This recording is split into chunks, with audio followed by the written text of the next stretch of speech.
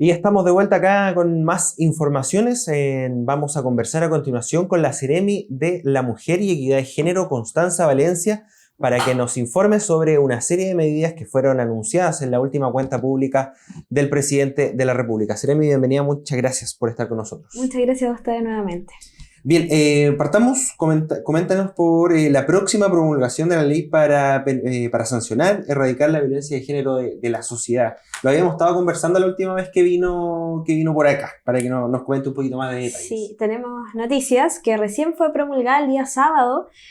8 de junio fue ya por fin promulgada la Ley Integral de Violencia contra las Mujeres que busca prevenir, sancionar y erradicar la violencia contra las mujeres, cuyo propósito principal es tipificar distintos tipos de violencia. Ya en primera instancia tenemos ahí considerado lo que es la violencia económica, la violencia institucional, la violencia gineco-obstétrica, ¿cierto? La violencia política, dentro de otras formas de violencia contra la mujer, que vamos avanzando hoy día a otras formas, a reconocer que la violencia que viven las mujeres no solamente se da en el espacio privado, en el ámbito doméstico, ¿cierto? Sino que también hoy día estamos avanzando en reconocer otras formas de violencia de género.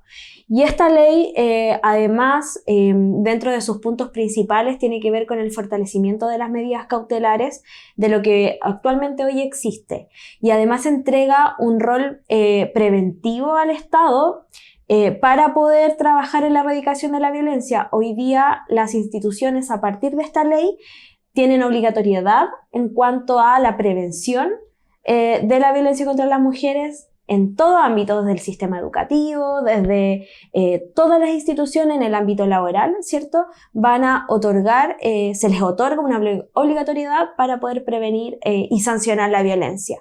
Pero también... Antes que avance, queda un poco en el aire el tema de prevenir. ¿En qué se ve materialmente? ¿Cómo se ve concreta esto que está en la ley, que está en el papel, y que se le otorga a distintos estamentos la obligatoriedad de prevenir? ¿En qué se ve reflejado eso? En ese ámbito nosotros entendemos que para poder eliminar la violencia contra las mujeres tenemos que avanzar hacia un cambio cultural. Y desde ahí es que creemos sumamente importante que la prevención es fundamental en todo ámbito. Por ejemplo, en el sistema educativo, lo que nosotros incorporamos como indicación en esta ley tiene que ver con la educación no sexista. Y desde ahí es que los establecimientos, por ejemplo, en el sistema educativo, van a tener la obligatoriedad de trabajar en desnaturalizar las conductas agresivas en términos de relaciones, y desde ahí los colegios van a tener que tomar medidas acordes para poder trabajar desde los niños desde temprana edad, de los 4 o 5 años, para poder eliminar la violencia, entendiendo que la violencia no son casos puntuales. La violencia que viven las mujeres, que vivimos las mujeres, tiene que ver y tiene que ver con un ámbito estructural, ¿cierto? Vivimos en un sistema que, por ejemplo, genera desigualdad en el ámbito laboral, genera desigualdades salariales, ¿cierto? Y además, desde esa mirada, socialmente debemos sancionar la violencia. Entonces se les va a enseñar a los niños y niñas desde temprana edad a eliminar, digamos, ciertos sesgos, estereotipos que permiten hoy día la validación social de la violencia. Por tanto, ese es uno de los ejemplos. Por otro lado, las instituciones deben abordar la violencia organizacional que se vive, en donde las mujeres son las principales afectadas. También eso se va a robustecer ahora con la pronta entrada en vigencia de la Ley Carín, por ejemplo, en donde también los empleadores, tanto instituciones públicas como privadas, todas las empresas, van a tener la obligación de tener medidas preventivas, o sea, realizar sensibilización en sus espacios laborales, ¿cierto? Pero también medidas que les permitan, cuando ocurran este tipo de situaciones, poder tomar sanciones correspondientes de acuerdo a la complejidad del caso. Y también, obviamente, por ejemplo, el Ministerio de Justicia también va a tener acceso a estas medidas preventivas, porque deben garantizar el acceso a las mujeres el acceso a la justicia de las mujeres. Por tanto, la ley es una ley marco, ¿ya? Que entrega distintos lineamientos para que las instituciones, para que las empresas, para que toda la comunidad pueda trabajar desde la desnaturalización de las conductas agresivas, entendiendo que esas se perpetúan y se agudizan a partir de la desigualdad social. Y por eso también, por ejemplo, el presidente Gabriel Boric anunció un proyecto de ley de equidad salarial.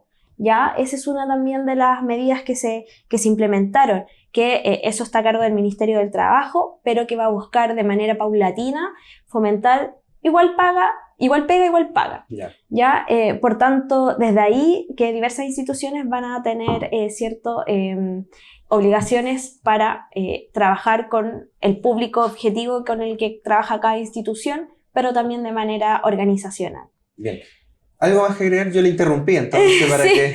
No, y respecto a la ley integral, otro punto que es muy relevante para nosotros es considerar a los niños y niñas y adolescentes como víctimas directas de la violencia que viven las madres, ¿ya? Desde ahí, hoy día, hasta lo que existía, de acuerdo a los avances legislativos en materia de violencia, los niños solamente eran considerados testigos.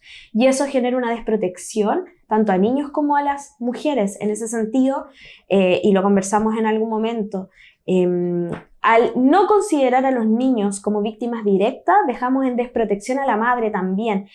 Al momento en que deben continuar, por ejemplo, el régimen de visitas con los padres, con el agresor, el sistema judicial dice, esta persona, este agresor, solamente es un peligro para la madre, pero no para los niños. Entonces, desde ahí entendemos que uno de los puntos necesarios que aborda esta ley es justamente que los niños reciban protección cuando existe un peligro, un riesgo del agresor.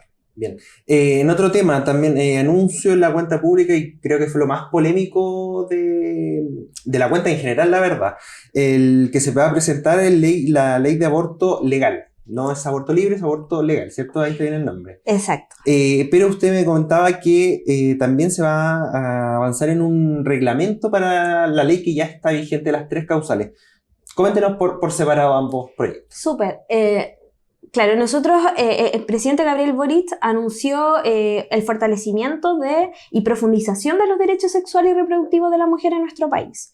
Desde ahí debemos entender que, y claro, efectivamente es lo que generó más polémica, pero nuestro rol es hacer cumplir nuestro programa de gobierno, y en nuestro programa de gobierno existe el pronunciamiento respecto al aborto legal, que significa avanzar y no retroceder en derechos. Pero este proyecto se va a presentar recién en diciembre, y a lo que nosotros apelamos ahí es abrir el debate. Nosotros estamos invitando a debatir desde una mirada del consenso, respetando todas las opiniones. Sabemos que esto muchas veces tiene una carga, le otorgan una carga valórica, pero para nosotros es un derecho de las mujeres y tiene que ver también con seguridad, con salud, ¿cierto? Desde una mirada de salud. Por tanto, para nosotros es importante abrir el debate, conversar con las organizaciones, mirar cuáles son los avances a nivel internacional. Somos uno de los pocos países que no ha avanzado en aborto legal, y además recordar que nuestro país existía el aborto legal hasta el 89. Ya hasta 1989. Por tanto, lo que nosotros proponemos es abrir el debate, conversemos. Los abortos van a seguir ocurriendo, porque ocurren en Chile. Sin embargo, la mirada es cómo nosotros le garantizamos a las mujeres que tengan protección y tengan acceso a la salud para no poner en riesgo sus vidas. Es que nosotros creemos que necesitamos avanzar en esto. Pero el debate se va a abrir con todas las organizaciones y mirando también la experiencia internacional. Por otro lado, y de manera paralela, lo que existe hoy día en Chile es el aborto en 3 causales, que es la ley de interrupción voluntaria del embarazo, que hoy día tenemos varios nudos críticos respecto a cómo garantizamos que en estas 3 causales, tanto mujeres y niñas puedan tener acceso a esta ley. Y desde ahí es que vamos a implementar una modificación en el reglamento de objeción de conciencia de la ley de 3 causales, porque las instituciones deben garantizar que, pese a que existe la objeción de conciencia, en términos simples es que tanto los médicos que aplican este tipo de sistema puedan abstenerse si es que no están de acuerdo, ¿cierto? Eso es un derecho humano y no se los podemos negar a los doctores. Sin embargo, las instituciones tienen la obligatoriedad de que, pese a la objeción de conciencia, deben tener al menos a alguien que pueda aplicarlo y así garantizar el acceso a esta ley que lamentablemente tuvimos ahí los últimos números, nos dicen que quienes se aplican y hacen uso de esta ley son principalmente niñas por la causal de violación. ¿Y cómo le decimos a una niña en una institución de salud que no hay nadie, ningún médico, porque son todos objetores de conciencia, le puede aplicar el debido procedimiento a la hora de estar en un momento en esa situación? Por tanto, lo que nosotros buscamos es que, pese a la objeción de conciencia, las instituciones deben tener la responsabilidad de garantizar el acceso a la prestación y a la ley que actualmente está vigente. Son los doctores los que hacen uso de esta objeción de conciencia, los y las doctoras, ¿cierto? Exacto. Las instituciones de salud privadas, entiendo que públicas no podrían, ¿hacen uso de este o está destinado solo para los profesionales de la salud que practican el procedimiento? La objeción de conciencia es solamente para el que practica, digamos, el procedimiento. Y es por eso es que no podemos pretender que, teniendo objeción de conciencia, las instituciones no cumplan con la ley. Por tanto, el reglamento va a incorporar que las instituciones deben considerar por lo menos o tener por lo menos a una persona sin objeción de conciencia para poder garantizar el acceso a esta ley.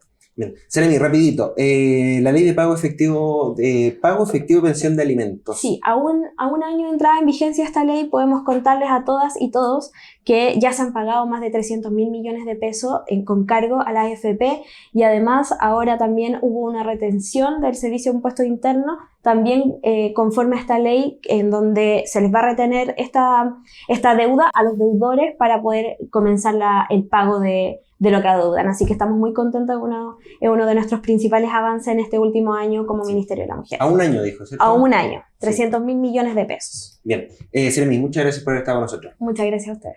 Ahí teníamos la palabra de la Seremi de la Mujer y Equidad de Género, Constanza Valencia, comentándonos sobre estos diversos anuncios y también proyectos que ya se encuentran en ejecución en nuestro país. Nos vamos a una pausa comercial y volvemos con más informaciones.